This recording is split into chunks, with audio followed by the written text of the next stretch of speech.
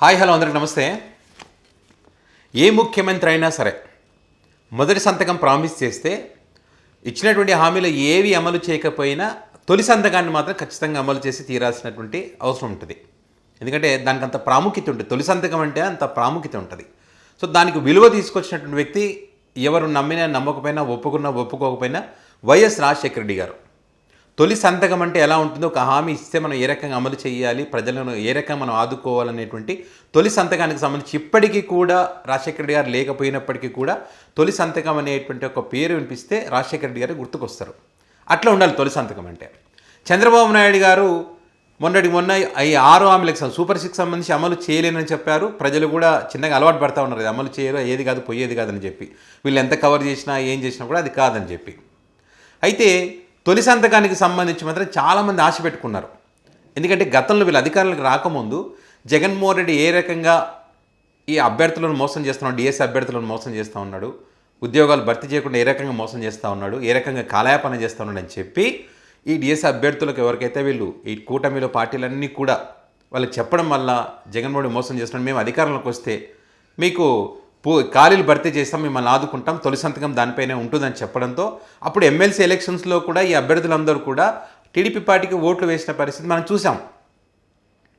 So మొన్నటి ఎన్నికల్లో కూడా అందరూ ఎవరి చంద్రబాబు నాయుడు గారిని కలిసి మీరు ఖాళీలను భర్తీ చేయండి, మాకు హామీ ఇస్తే కనుక ఖచ్చితంగా మీకు ఓట్లు ఇస్తామని చెప్పి సుమారుగా 10 లక్షల మంది అభ్యర్థులు మూకమ్ముడిగా చంద్రబాబు నాయుడు గారికి ఓట్లు వేసినటువంటి పరిస్థితి. సో అభ్యర్థులే చెప్తా ఉన్నారు, చంద్రబాబు గారు వస్తే మాకు ఈ ఖాళీలు భర్తీ చేస్తారు, మాకు జాబులు ఇచ్చి ఆదుకుంటాడు, బాబు వస్తే జాబ్ వస్తుందని చెప్పారు కదా, ఆ రకంగా ఆదుకుంటాడని నమ్మకంతో మేము ఓట్లు వేస్తామని ఇప్పటికీ చాలామంది ఇప్పుడు మోసపోయినటువంటి వాళ్ళు కూడా అదే చెప్తా ఉన్నారు. సో ఇప్పుడు గట్టిగా 8 నెలలు కూడా పట్టలేదు, రోడ్ ఎక్కి ఈరోజు ధర్నా చేస్తూ ఉన్నారు, నిరసన వ్యక్తం చేస్తూ ఉన్నారు.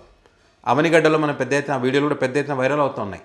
వాళ్ళ బాధ, వాళ్ళ కన్నీళ్ళు అన్నీ ఇన్ని కాదు. ఎందుకంటే ఒక రోజుతో 2 రోజులతో కాదు, చాలా సంవత్సరాలుగా జాబుల కోసం ఎదురు చూస్తున్న వాళ్ళు కడుపు కాల్చుకొని ఆ ఫీజులు కట్టలేక అవనిగడ్డకి పోయి వివిధ ప్రాంతాల నుంచి అవనిగడ్డ ఆ ప్రాంతానికి పోయి అక్కడ కోచింగ్ తీసుకునే వాళ్ళ పరిస్థితి నిజంగా వాళ్ళ బాధ వర్ణాతీతం.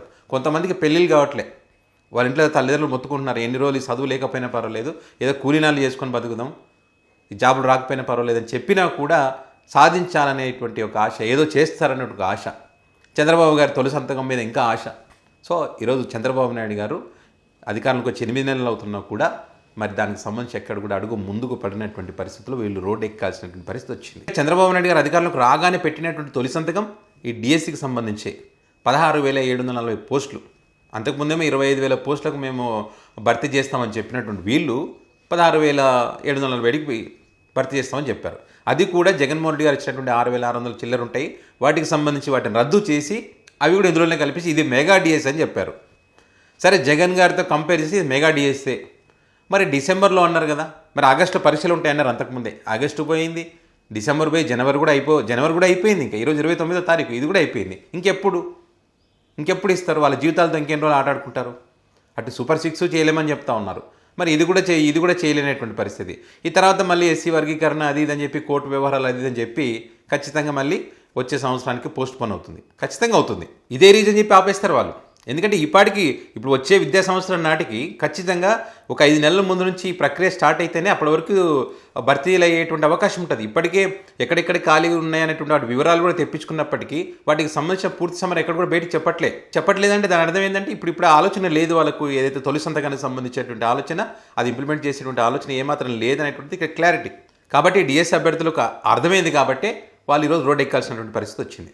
సో ఈ రకంగా అన్ని వర్గాలను ఇదే రకంగా మోసం చేస్తే, యువతను కూడా రకంగా మోసం చేస్తే 10 లక్షల మంది, 10 లక్షలకు పైగానే ఉన్నారు, వాళ్ళందరూ కూడా మిమ్మల్ని నమ్మినా కూడా ఈ రకంగా మోసం చేస్తే ఈరోజు పవన్ కళ్యాణ్ గారు నాది బాధ్యత అన్నారు, ఆయన మౌనంగా ఉన్నారు. మరి ఎన్డీఏ కూటమిలో ఉన్న బీజేపీ పార్టీ కూడా మౌనంగానే ఉంది.